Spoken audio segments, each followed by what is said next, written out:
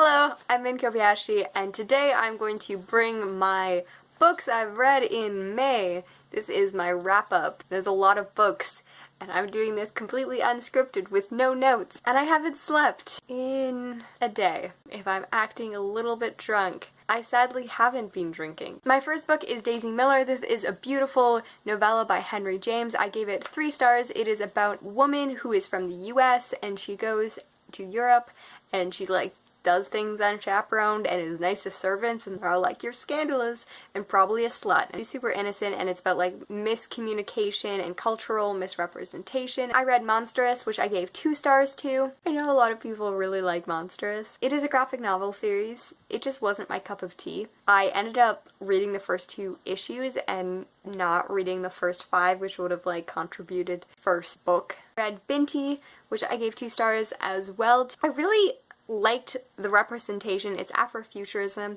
I loved the world building. However, the plot didn't really suffice for me. I know it is a novella, but I also read Daisy Miller, which had a conclusive plot. It's about a girl going to the university and it's the first of her race, which sounds awesome. However, she spends 3% of the book at the university, and I guess that was interesting, but it felt very generic, and I was hoping for representation and discrimination in universities and science fiction. Their magic system is cool. It has to do with math. I gave 2 stars to How to Talk to Girls at Parties. This is a graphic novel adaptation of Neil Gaiman's short book. I read Paper Girls Volume 1 by Brian K. Vaughan. This is also a graphic novel.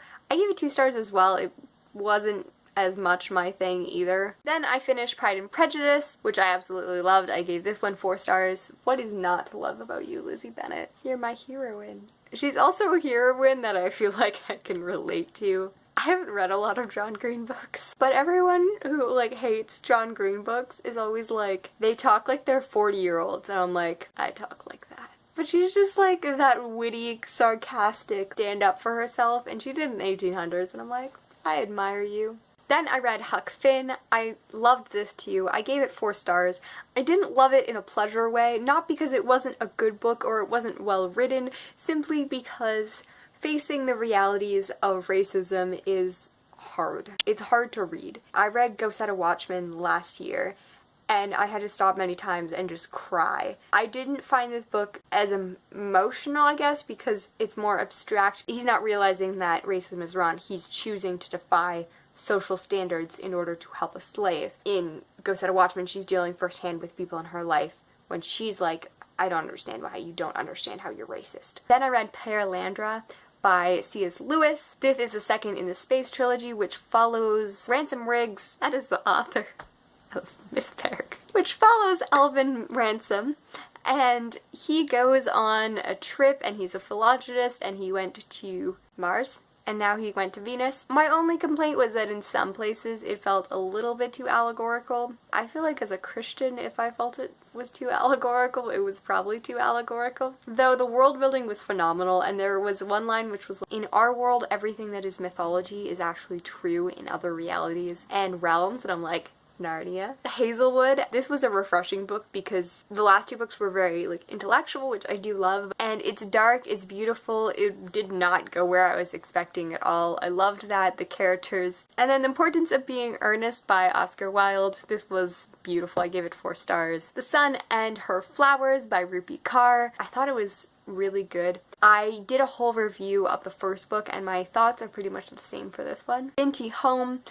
I gave this one 2 stars, as well as the first one. Frankenstein by Mary Shelley. I am so angry after reading this book that this book is so often misrepresented. I'm not sure if the actual Frankenstein story has ever been told. It's always told as this weird horror story, which is not this novel at all. It's a novel about morality and humanity and how he just wants to be loved and treated like a normal human, and everyone rejects him because he's ugly, and he has I'm the only person of my kind, and it's about loneliness, not about monsters. And it's so beautiful and wonderful, and everyone should read it and start a cult following where we fight for the representation of this book.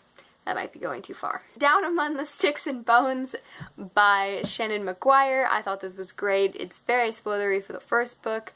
However, dark, beautiful, I had issues in some areas. They're on Goodreads. I Know Why the Caged Birds Sing by Maya Angelou. This is her first autobiography, which covers her childhood and deals with racism and sexism, as well as sexual assault and rape. I found that quite potent. If you have a past of that, or if that's something that it can be triggered for you, I would say hold off on this book. I kind of sat there for a while, but phenomenally good. The Midnight Star by Marie Lu.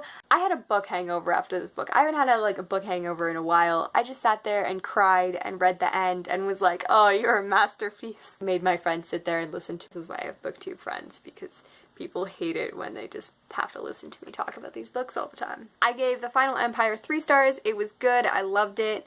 I don't have enough time to talk extensively about it, but thumbs up, Brandon Sanderson. I read The Chamber of Secrets, which literally just made me want to read more Harry Potter. This is why I didn't read it in school, because I was like, I can't afford to binge this series, and I have other books I'm supposed to read before I read Prisoner of Azkaban, but I don't want to, because it's so darn good. Lioness Rampant, I finished the end of that book after 7 years. I read Oedipus Rex by some ancient Greek dude. Weird story, still weird. Glad I read it and can understand weird prophecy, and if someone prophesies you, don't try to run for your prophecy. Embrace your destiny. King Lear, I gave it 2 stars as well. Wasn't a favorite of my Shakespeare plays. Hitchhiker's Guide to the Galaxy. Oh my goodness, it's hilarious. I loved it so freaking much. Why don't more people read it? I know it's a classic, but it deserves to be a classic in all rights.